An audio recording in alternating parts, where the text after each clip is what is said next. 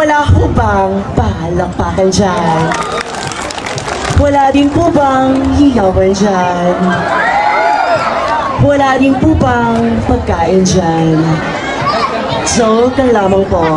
Life is an undying cycle and is a battle of survival. If you lose, then stand up. Because if we will keep complaining about the mysteries of our life, nothing will happen.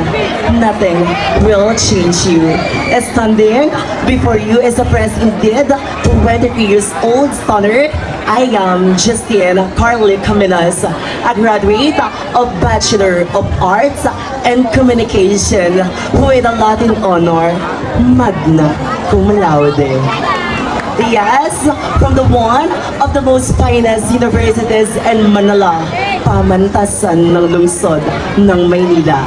At ako po ang isa sa mga lumalaban sa uniforme na karapatan para sa aming mga LGBTQA+ community.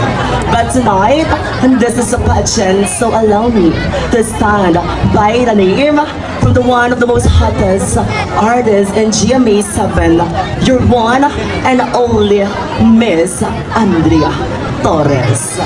Miss Andrea Torres na naniniwala, kung gusto niyo po humanap ng jowang hot, pues humanap po kayo ng may lagnat.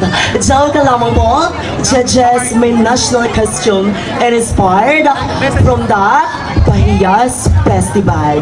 Isang pagpupugay para sa masisipag po nating mga magsasaka. And I am proud to represent the Ragang.